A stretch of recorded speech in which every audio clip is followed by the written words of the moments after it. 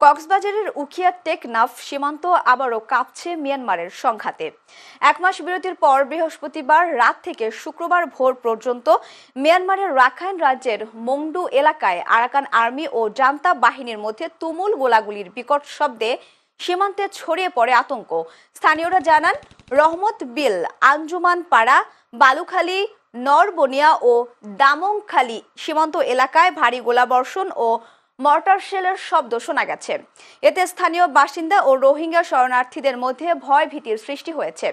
অনেক পরিবার রাতেই ঘর ছেড়ে নিরাপদ স্থানে সরে যায়। এর আগে সংঘর্ষের সময় একাধিকবার মিয়ানমারের ভেতর থেকে ছোড়া গুলি ও মর্টার শেল বাংলাদেশ সীমান্তে এসে পড়ার ঘটনাও ঘটেছে। বিজিবির পক্ষ থেকে জানানো হয়েছে, সীমান্তে নজরদারি বাড়ানো হয়েছে এবং সতর্ক অবস্থানে রয়েছে তারা।